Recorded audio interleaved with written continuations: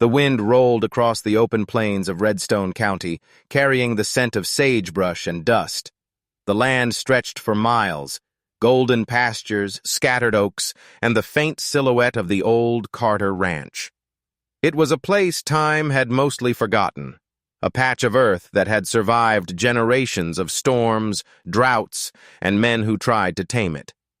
The current owner, Samuel Carter, wasn't the kind of man you'd find at a town hall meeting or checking his mail twice a day.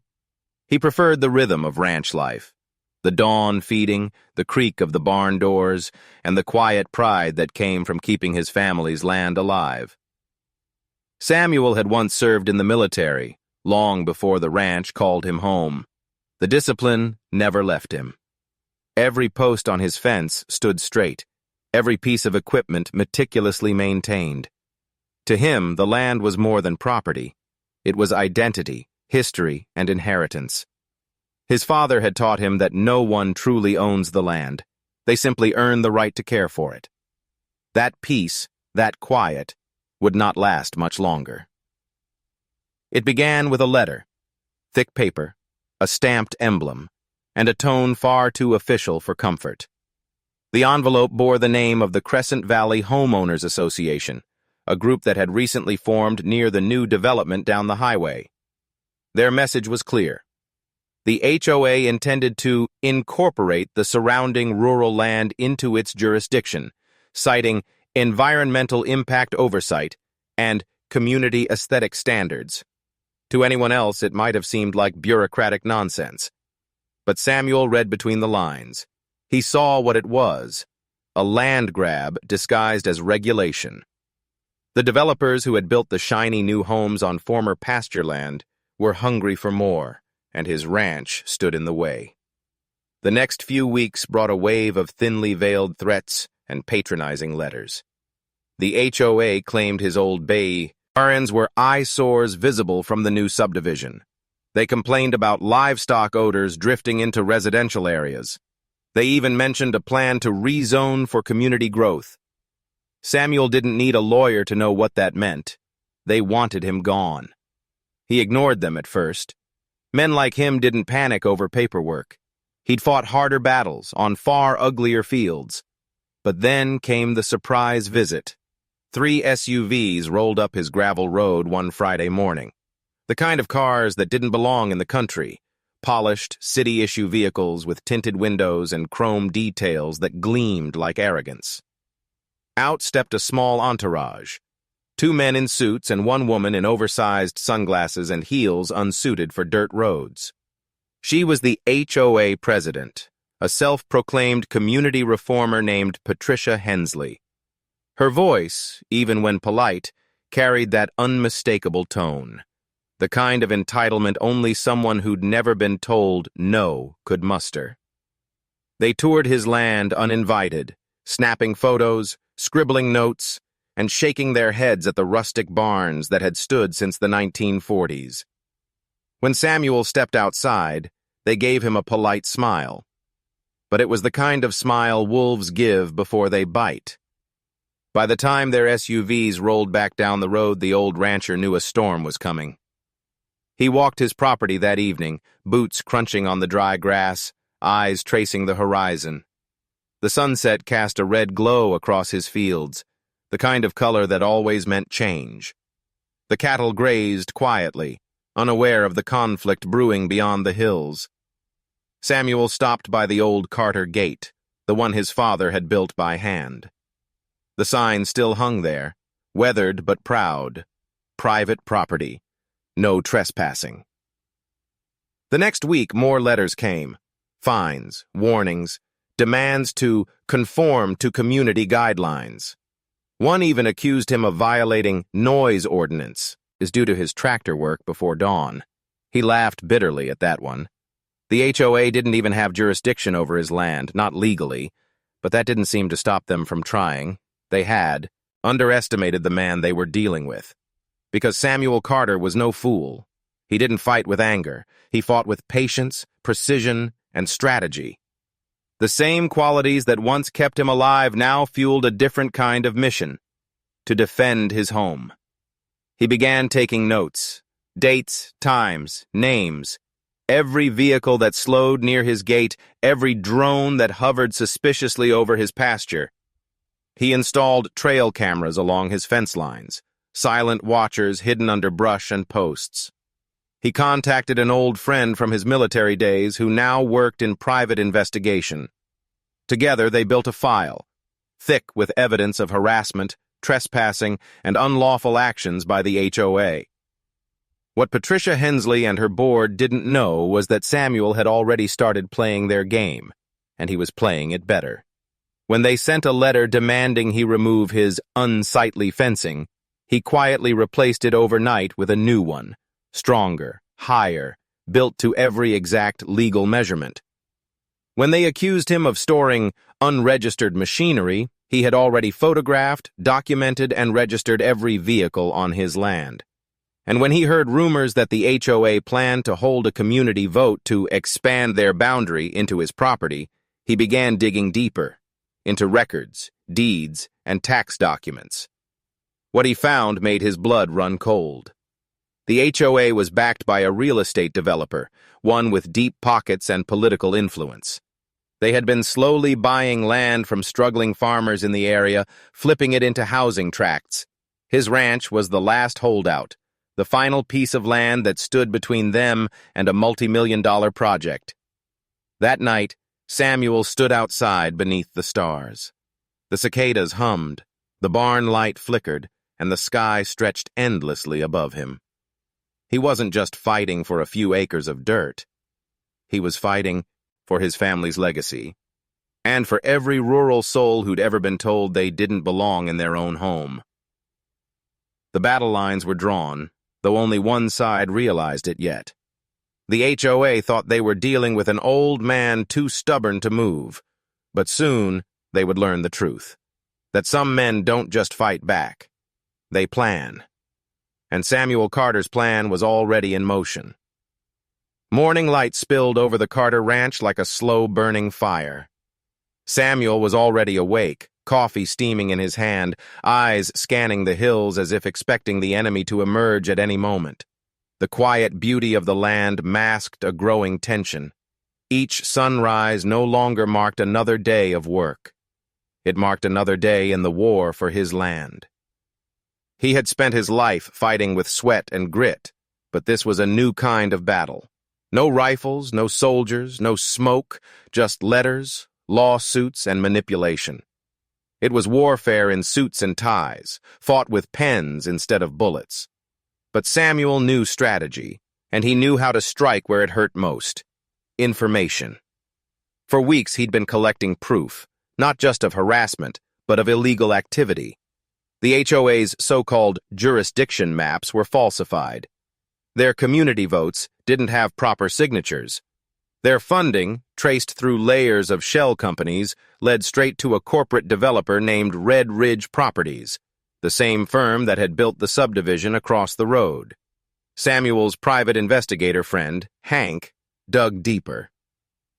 Hidden behind Red Ridge was a man named Gerald Boone, a developer notorious for pressuring small landowners into selling. Boone had been involved in 3 prior lawsuits across neighboring counties, all buried under settlements and non-disclosure agreements. To the public, he was a philanthropist. To those who crossed him, he was a parasite. And now, he wanted the Carter Ranch. Samuel began documenting everything. Trail camera footage showed HOA inspectors stepping past his property line at night, measuring fences and photographing barns. One even climbed onto his gate to peek inside. When he reported it to the sheriff, the deputy shrugged and said, "It's a civil matter." Samuel knew that tone, the tone of someone told to stay out of it. Boone's influence ran deep. So, Samuel stopped asking for help. He started building his case his own way. The next few days, he walked the perimeter of his land, noting every spot where the HOA's cameras pointed his way. He built taller posts, not to block the view, but to mount his own cameras above theirs. He didn't hide them. He wanted them to know they were being watched, too. Then came the public humiliation. The HOA held a community beautification meeting in the Crescent Valley clubhouse. The invitation, which Samuel received by accident, described his ranch as a blight upon the neighborhood aesthetic. They even included drone photos of his property in the presentation. Samuel didn't attend, but someone he knew did. Hank recorded the entire meeting. Patricia Hensley stood at the podium, her voice polished and dripping with false concern. She told residents that Samuel's land was unsafe, that his livestock could spread disease, and that his outdated fencing violated community standards. The crowd murmured approval. It was a spectacle, a staged attack designed to rally the homeowners against him. But Patricia didn't know that her words were now evidence. Slander, defamation, recorded in high definition. Over the following week, Samuel went quiet. Too quiet. The HOA believed he had given up. But in reality, he was setting the trap. He filed a public complaint to the county office, not as a property owner, but as a whistleblower. He submitted evidence of zoning manipulation, falsified boundary maps, and unregistered surveillance equipment used by the HOA. His submission was anonymous, signed under a pseudonym. He wanted the investigation to unfold without drawing attention to himself. Not yet. While he began fixing up the ranch like never before. The old barns were painted fresh red, the fences realigned, the front sign restored. To the HOA, it looked like he was complying. A surrender. But every nail, every plank, every improvement was strategically timed to align with his property rights paperwork. He wanted it crystal clear. Every structure was historic, every modification documented, every complaint legally void. It was psychological warfare, patience against arrogance. Then came the night of the floodlights. Patricia's enforcers, 2 men from the HOA board, drove up the hill after dark, shining flashlights across his pasture. They stopped by the gate, taking pictures again. What they didn't know was that the new motion lights on Samuel's fence were connected to his cameras, and the cameras streamed live. Hank watched from his laptop as they climbed the gate again, muttering to each other, unaware of the recording. One man tried to loosen the latch with a crowbar, probably to inspect the property up close. Within seconds, the motion lights blazed on, and a loudspeaker triggered Samuel's pre-recorded voice. "Private property. You are being recorded. Leave immediately." The men froze like deer in headlights. They scrambled back to their SUV, tires spitting gravel as they fled down the road. By sunrise, Samuel had already emailed the footage to the county sheriff, the local newspaper, and 3 community Facebook groups under anonymous accounts. By noon, the entire county was buzzing. People were outraged, not at Samuel, but at the HOA's intrusion. The video spread fast. HOA trespasses on Veterans Ranch. Patricia's phone must have rung non-stop that day. But Samuel wasn't finished. The next morning, he drove into town. Dressed in worn jeans and a clean hat, he walked into the county recorder's office and handed over his full documentation, meticulously prepared binder proving his land had never fallen under any HOA jurisdiction. He also submitted a notarized declaration affirming his property rights under state agricultural exemption laws. By the time the HOA realized what had happened, their expansion plan was already dead in the water. The county clerk froze all boundary amendments pending a full review. Samuel didn't celebrate. Not yet. He knew this wasn't over. Not when money and pride were involved. Patricia wouldn't take humiliation lightly. She would come back harder, meaner, more desperate.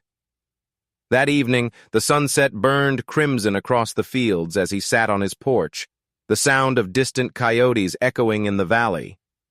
The air felt heavier now, electric, like the moments before a thunderstorm breaks. He'd won the first battle, but he knew war was coming. He could see it in the way the subdivision lights twinkled like watchful eyes across the ridge. And in the heart of those glowing homes, behind tinted windows and polished smiles, the HOA was already plotting its next move. End of Chapter 2. The first frost of autumn had settled on the Carter Ranch, turning the fields silver beneath the dawn light. The air was cold and sharp, the kind that carried sound for miles, the rustle of cattle, the groan of barn doors, and the faint hum of engines far down the road. Samuel Carter stood by the fence, coffee in hand, watching his land awaken. But something in the air felt different, heavier, quieter, the kind of stillness that came before trouble.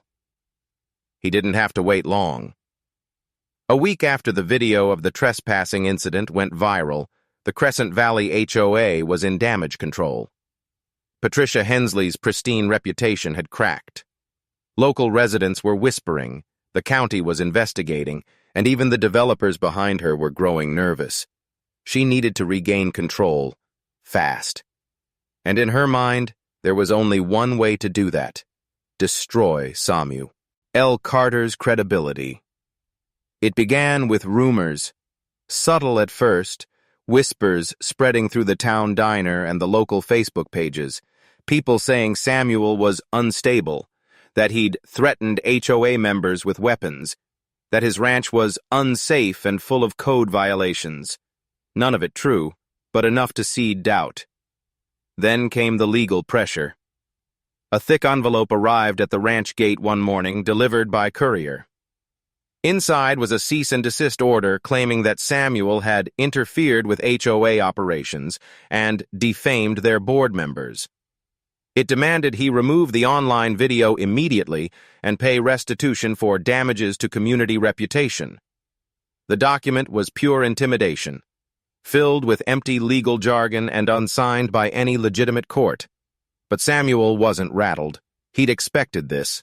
He photographed every page, archived every threat, and sent copies straight to his investigator, Hank. By now, the two men operated like a well-oiled machine. Hank followed digital trails, traced shell accounts, and uncovered internal HOA emails leaked by a disgruntled employee. The messages were gold, evidence of collusion between Patricia and Red Ridge Properties, detailing their plan to annex rural land and pressure owners into selling. They called it the Expansion Initiative. Meanwhile, Patricia doubled down. 2 new SUVs appeared at the edge of the Carter property, this time marked with county inspection decals. The inspectors claimed to be there for environmental review, but Samuel recognized one of them from the HOA meeting videos. They weren't officials, they were hired actors. He let them walk the fence line under the eye of his cameras, documenting everything. When they tried to take soil samples from his pasture, he calmly noted the time and filed a report to the Real County office. 3 days later, those same men were served with trespass, sing notices, notarized, legal, and binding. The next attack came through the media. An article appeared in the Crescent Valley Gazette titled, "Rural Property Causes Safety Concerns for Growing Community." The photo used was a drone shot of Samuel's ranch, the same one the HOA had circulated months earlier. The article described his land as poorly maintained and a potential fire hazard. What the journalist hadn't realized was that the photo was taken illegally, using an unlicensed drone. Hank traced the metadata. The drone belonged to Red Ridge Properties. Another violation, another nail in their coffin. But the attacks kept coming. Someone dumped trash along Samuel's property line, old furniture, paint cans, broken glass. The HOA then sent a letter accusing him of unsanitary conditions visible from public roads. Days later, someone cut the barbed wire along his north fence, letting 2 of his calves wander toward the subdivision before dawn. A concerned neighbor called him before anything worse happened, but Samuel understood the message loud and clear. They wanted him rattled. They wanted him to break first. But he didn't. Instead, he grew colder, sharper. His calm turned into calculation. He knew Patricia was being pressured by her backers at Red Ridge.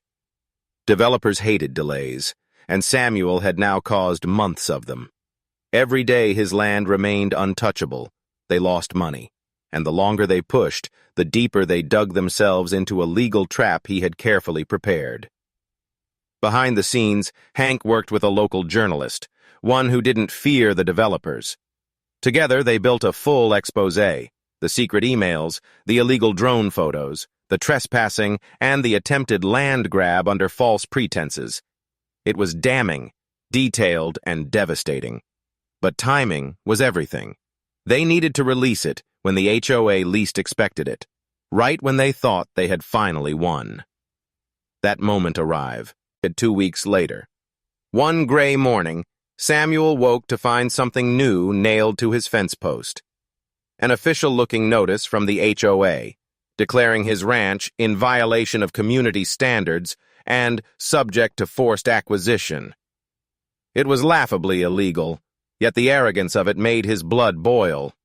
They had crossed the line. Again. He didn't tear it down. Instead, he photographed it from every angle. Evidence. Then, he made his move. He sent Hank the signal. The expose was released online that evening under the headline, "Inside the Crescent Valley Land Grab: The Truth About the HOA and Red Ridge."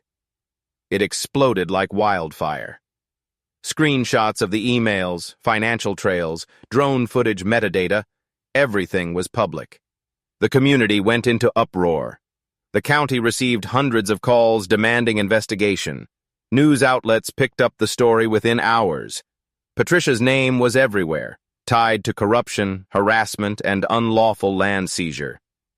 That night, while the town buzzed with outrage, Samuel sat in silence on his porch. The sound of coyotes echoed through the valley again, but this time it felt different, victorious, almost mocking. But he knew the war wasn't over. People like Patricia didn't vanish quietly. They regrouped.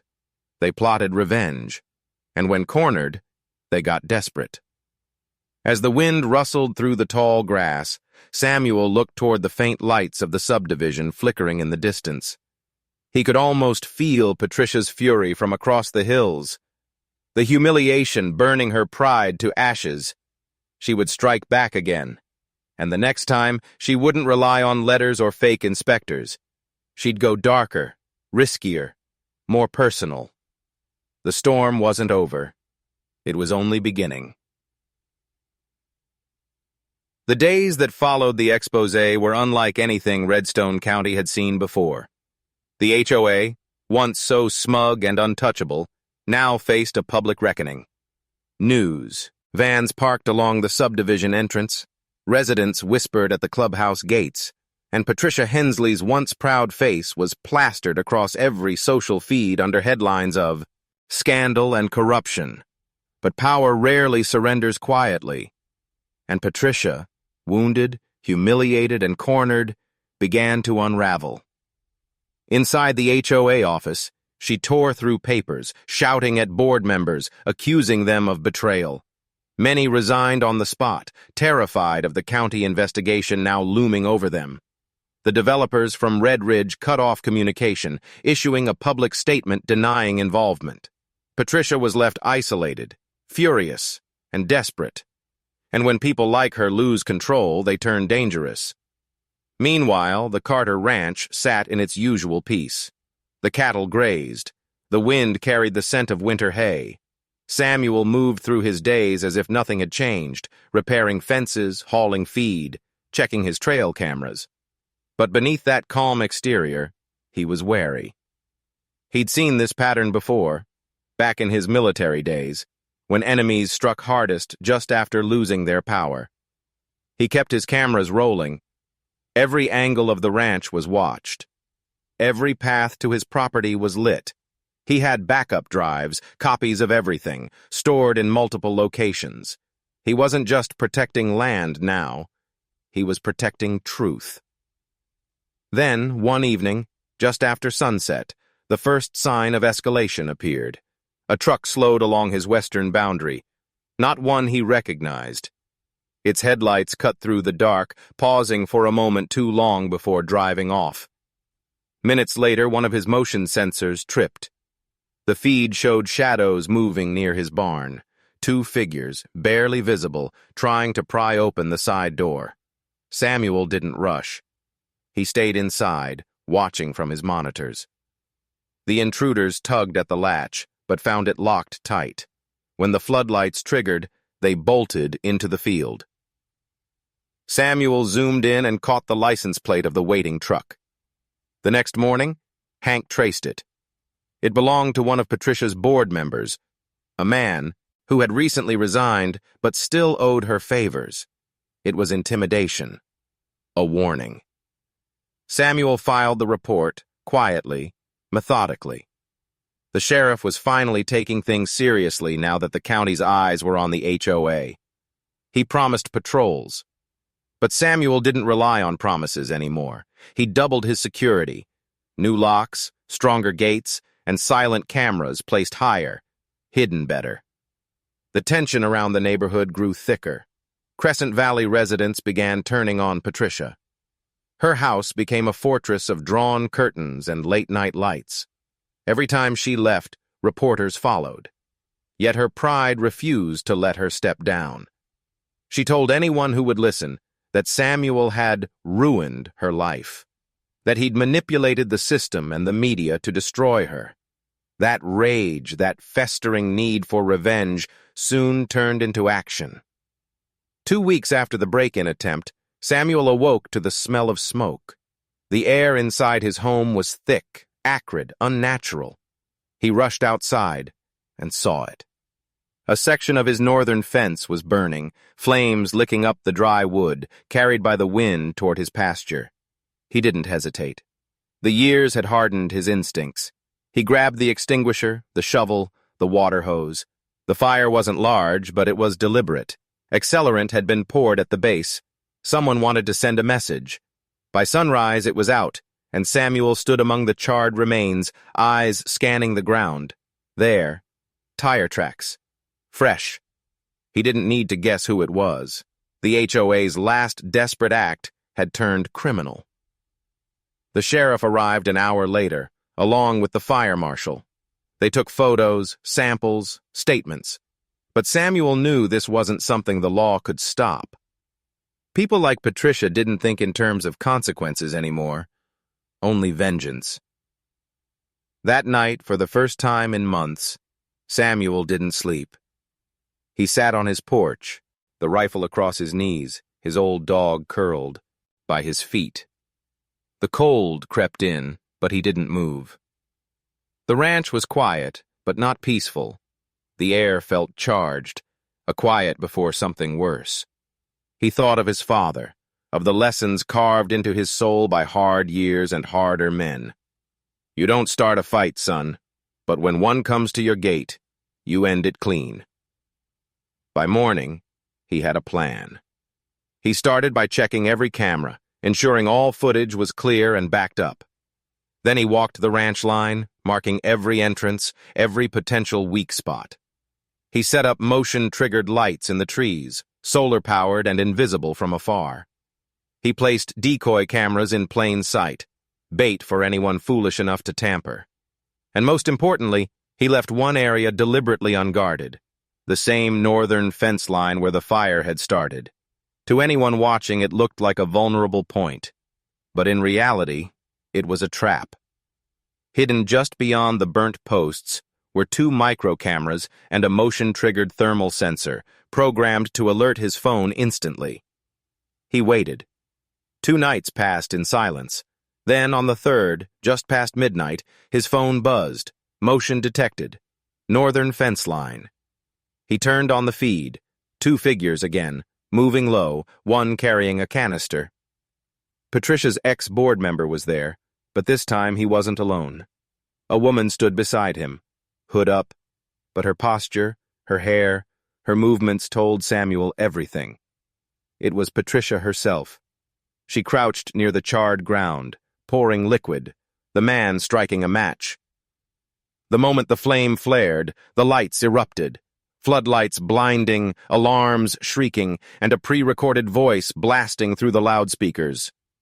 This property is under live surveillance. You are trespassing and being recorded. Law enforcement has been notified.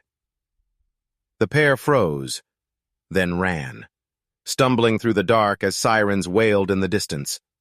Samuel watched, calm and steady, as red and blue lights finally sliced through the valley minutes later.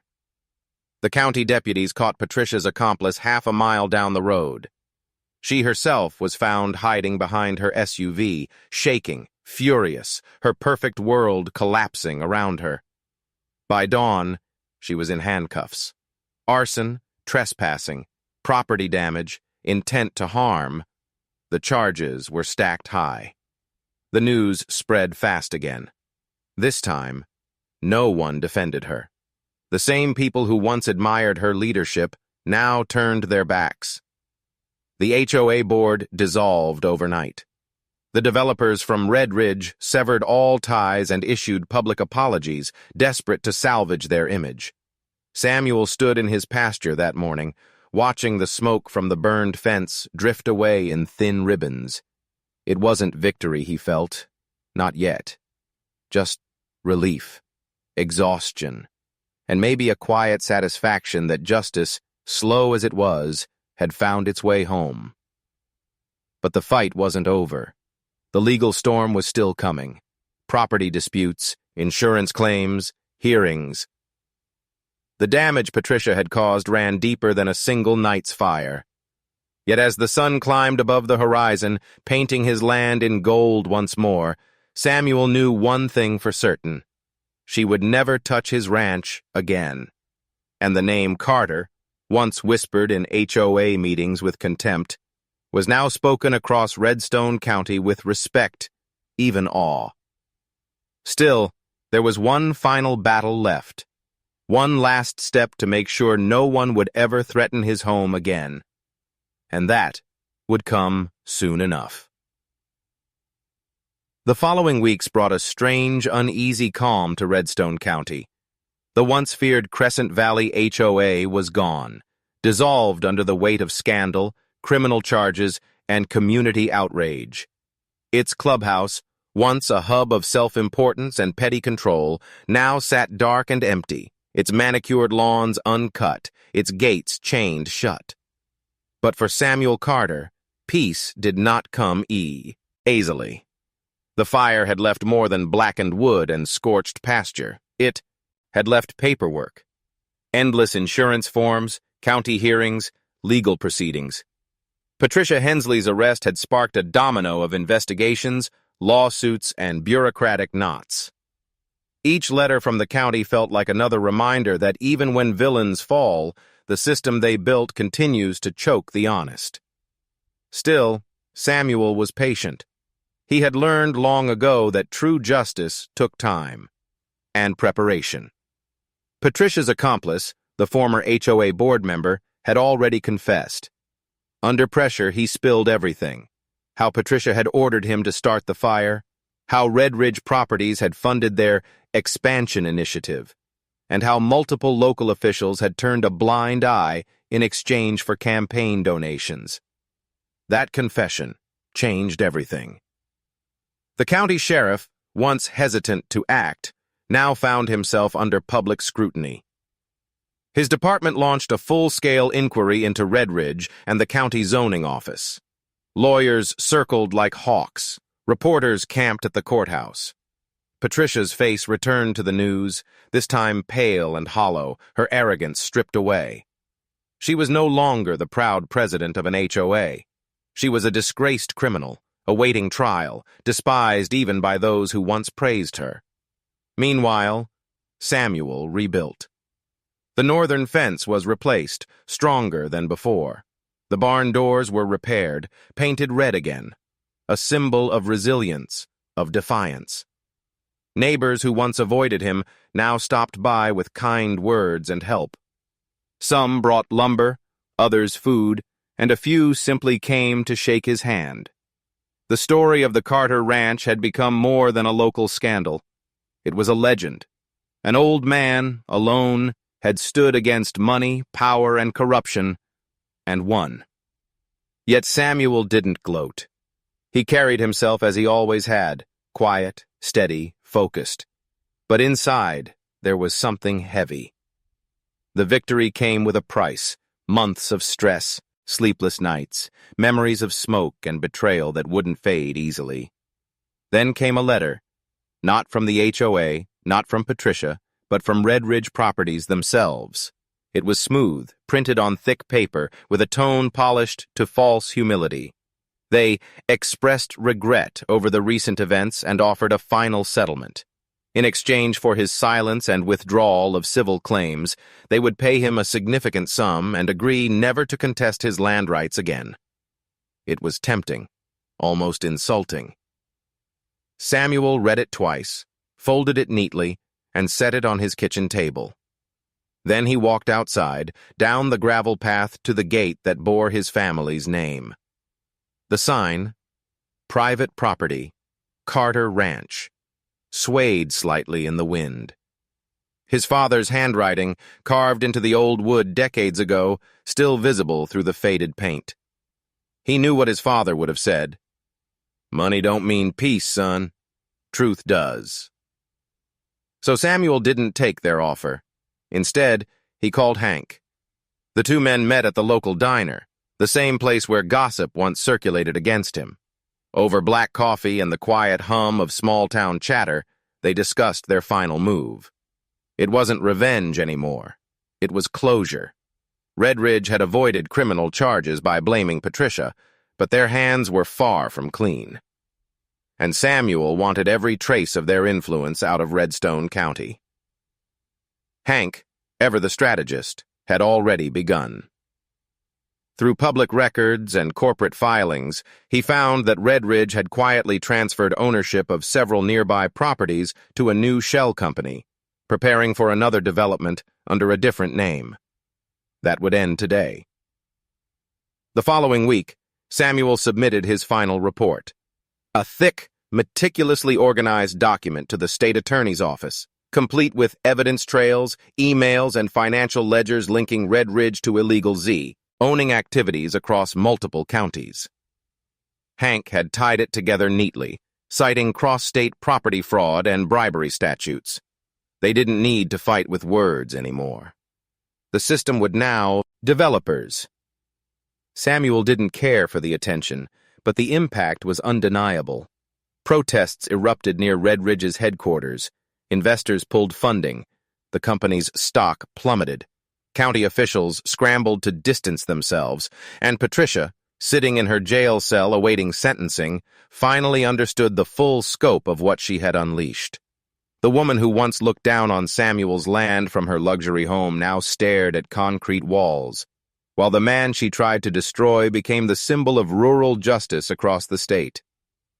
The reckoning had arrived. But amidst the chaos, Samuel remained the same. He still rose before dawn, still fed his cattle, still walked his land every evening as the sky turned gold. The noise of the outside world felt distant out here, softened by wind and earth and time. He knew the headlines would fade eventually. The lawyers would move on, the reporters would chase new stories. But his land, his family's land, would endure. One afternoon, as he leaned against the fence post, he watched a group of local kids riding bikes along the dirt road. They stopped by his gate, pointing at the new sign he'd placed beneath the old one. It read, "This land was defended, not sold." The kids smiled, waved, and pedaled off. Samuel watched them go, the corner of his mouth curling into a quiet, satisfied grin. That evening, Hank called to tell him the state had officially launched criminal proceedings against Red Ridge executives. Samuel thanked him, then hung up and stepped outside, letting the cool air fill his lungs. The valley stretched before him, wide and endless, bathed in orange light. He listened to the rustle of grass, the distant cry of a hawk, and the steady heartbeat of his land beneath his boots. For the first time in months, there was no fear, no anger, just peace. Still, he knew one more thing. Power always circles back. Somewhere, someone would try again. Some new HOA, some new developer, some new name on a shiny sign. But when that day came, they'd remember this story. The one that spread through every small town, every ranch, every quiet community where people refused to be pushed aside. They'd remember the rancher who fought back, and they'd remember that Redstone County was no longer a place where greed went unpunished. The reckoning had not just ended a battle, it had set a precedent. Years passed. The seasons turned one after another, painting the hills of Redstone County with gold, then white, then green again. What had once been the heart of a quiet land dispute became something larger, something that lived in whispers and stories, carried from porch to porch, town to town. The name Samuel Carter became more than just a man's name. It became a symbol, a reminder of what happens when one person refuses to kneel before power. The Crescent Valley HOA was gone, erased from existence.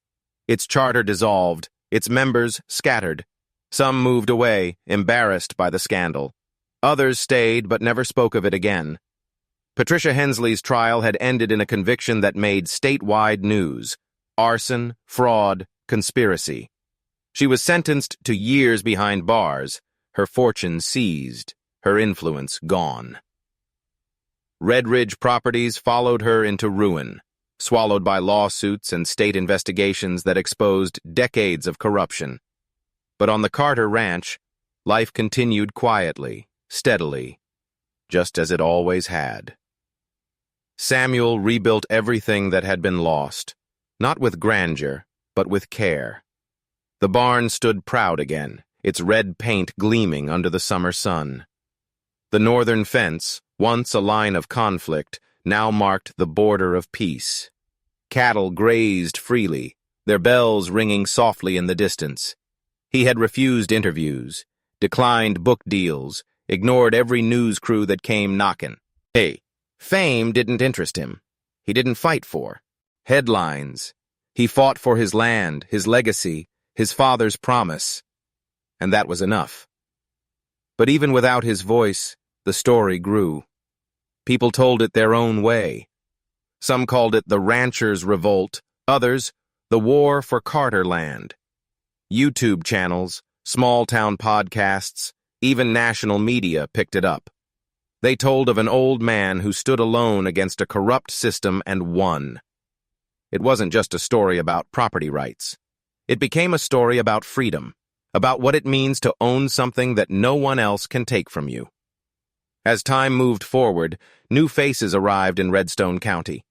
Young families bought land, drawn by its wide skies and quiet promise. They had heard about the fight, about the man who wouldn't sell, wouldn't fold, wouldn't break. Some came just to see it, driving down the old gravel road until they reached the wooden gate with the faded sign. The original one still hung there, weathered and worn. Private property. Carter Ranch. Below it, Samuel had kept the newer sign, the one that said, "This land was defended, not sold." People stopped to take pictures. Some left flowers, others left notes. One note, nailed to the fence, read simply, "Because of you, I kept my land too." Samuel never removed them. He was older now, slower, quieter. His hair had turned to silver, his hands marked with the years of hard work and harder battles.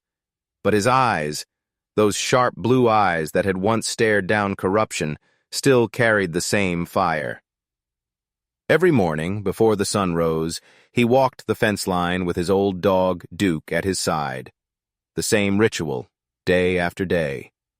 The world had changed, but his land remained the same. Sometimes he'd stop by the pond, the one that had nearly been drained by the HOA's construction crew long ago.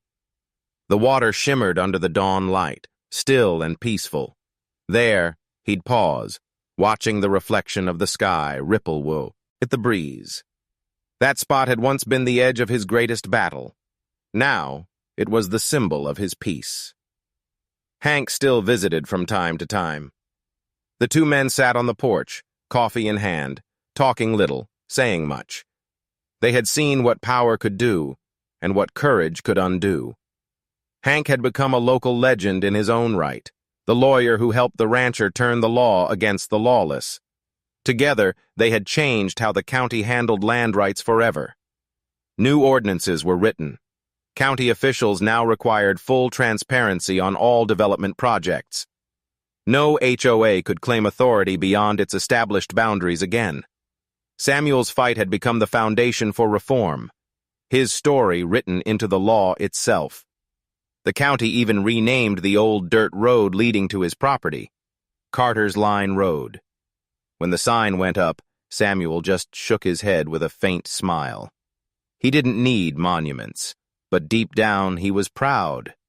Not for himself, but for the message it carried. Then came the day when a young reporter from a local agricultural journal arrived at the ranch. She didn't come with a camera crew or questions about scandal. She just wanted to meet the man who refused to be broken. Samuel didn't talk much, never had. But when she asked him what he learned from it all, he thought for a long time before answering. He told her that land is more than dirt and fences. It's memory, the weight of generations who built something with their hands and their sweat. And that when someone tries to take that away, they're not just stealing property, they're stealing history, pride, and peace. That quote would later appear on the opening line of her article, which was titled, "The Last Stand of Carter Ranch, How One Man Defended His Land and Changed Rural America."